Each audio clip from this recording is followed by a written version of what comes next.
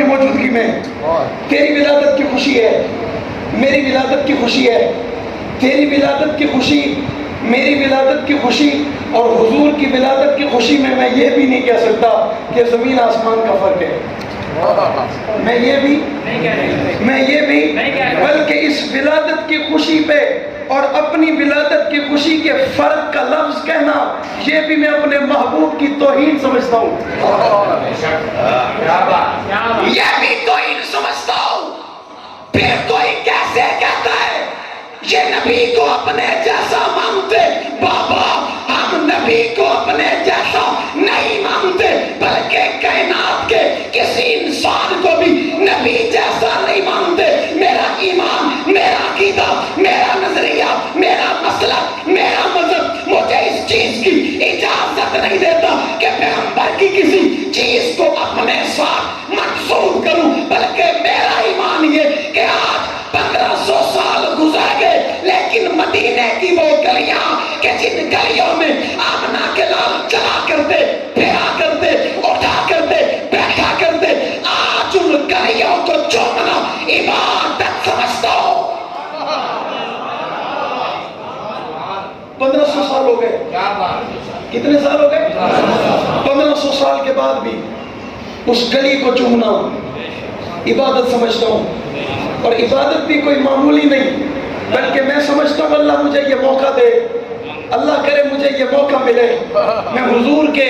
ان بازاروں کو چوموں جہاں سے محبوب کا گزر ہوا کرتا تھا۔ یہ یقین ہونے کے باوجود اس کی کیفیت بدل گئی، یہ یقین ہونے کے باوجود اب وہ بازار اس طرح نہیں رہا، یہ یقین ہونے کے باوجود وہ مٹی نہیں رہی جس مٹی پر آمنہ کے لال کے قدم پڑے تھے، اور مجھے اس کے باوجود بھی اس مٹی سے اتنی عقیدت ہے کہ اگر وہ مٹی مجھے آنکھوں میں سونا لگانے کے لیے ملے، یہ میری کائنات کی سب سے بڑی سعادت ہے، کائنات کی سب سے بڑی سعادت ہے۔ پھر کسی کا یہ سوچنا فضول ہے کہ کوئی یہ کہتا ہے حضور ہمارے جیسے، میں نے کہا جو یہ سمجھے اس کا اسلام سے کوئی تعلق نہیں، زور سے اور زور سے اور زور سے، اس کا اسلام سے کوئی تعلق نہیں ہے۔ اب اندازہ لگا لو، میں حضور کے شہر اور شہر کی مٹی کی توہین اگر برداشت نہیں کر سکتا، مجھ سے کوئی یہ امید ہرگز نہ رکھے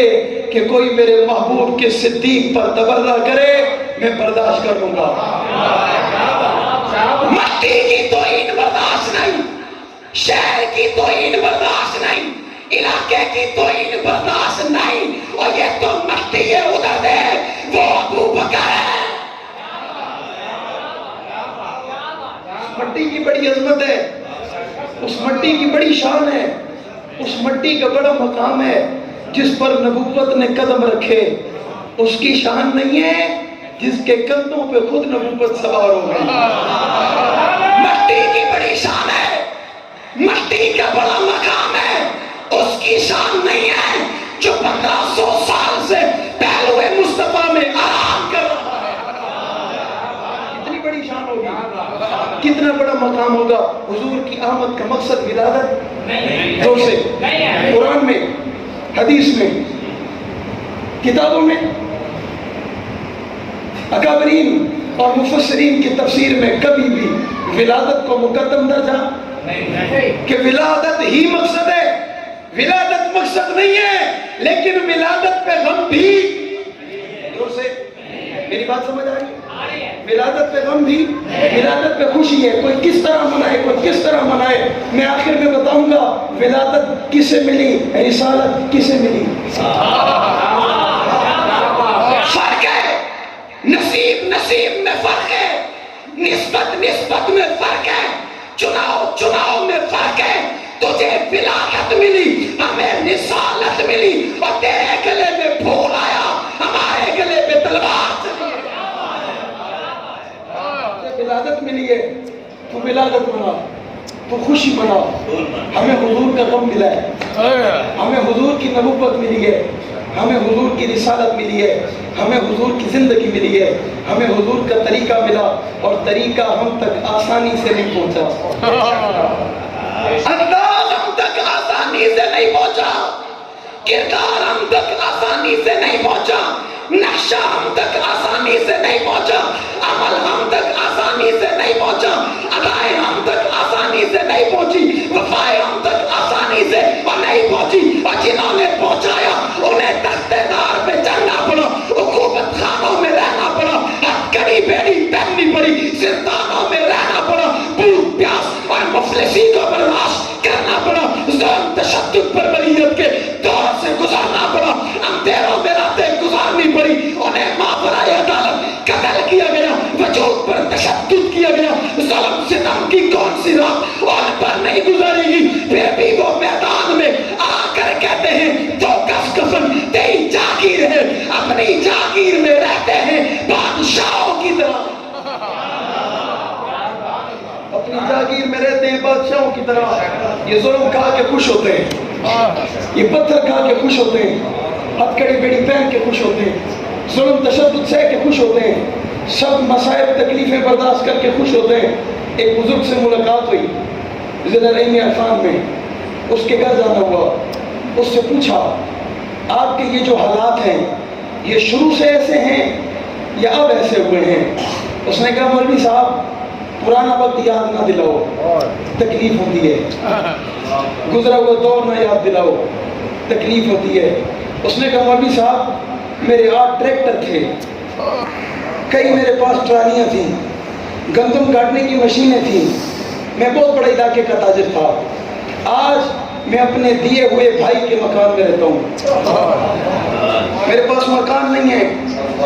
میرے پاس اپنے بچوں کو رکھنے کے لیے چھت نہیں ہے۔ میں نے کہا یہ تکلیف دی کس نے ہے؟ اس نے کہا مولوی صاحب یہ بھی نہ پوچھو، اتنا پوچھو اس تکلیف میں لگتا کیسے ہے؟ اس نے کہا مجھے رب کی قسم ہے اس تکلیف میں اتنا سکون ہے اور دل میں اتنا اعتماد ہے کہ مرنے کے بعد انہی کے ساتھ کھڑا ہونا ہے۔ دل میں سکون ہے، تکلیف نہیں ہے، غم نہیں ہے، پریشانی نہیں ہے، سکون ہے۔ رات کو خواب میں آ کر کہتے ہیں پریشان نہ ہونا، پریشان نہ ہونا، کہتے ہیں گھر چلا گیا، زمینیں چلی گئی، جائیداد چلی گئی۔ میں نے کہا قصور کیا تھا؟ اس نے کہا میں نے ایک صحابہ کے دیوانے کو اپنے گھر پہ چائے پہ بلایا تھا، اپنے گھر پر چائے پہ بلایا تھا اور وہ دیوانہ آ گیا تھا، میں نے اس کی خدمت کی، اسے چائے پلائی، اس نے میرے کمرے میں بیٹھ کر مجھے دعا دی، یہاں سے چلا گیا، آج وہ دنیا سے چلا گیا۔ اس کے جانے کے بعد ہمارے ساتھ ایسے ہو گیا، ہمارے ساتھ ایسے ہو گیا، ہمارے ساتھ اس طرح ہو گیا، ہمارے ساتھ یوں ہو گیا، ہمارے ساتھ اس طرح ہو گیا۔ میں نے کہا اتنا سب کچھ ہو گیا، آپ نے کسی کو شکایت نہیں کی؟ اس نے کہا بلایا اپنے دم پر تھا، کسی سے پوچھا نہیں تھا، تکلیف اس کے نام پہ ملی ہے، اللہ خیر کرے گا، اس کے نام پہ تکلیف ملی ہے،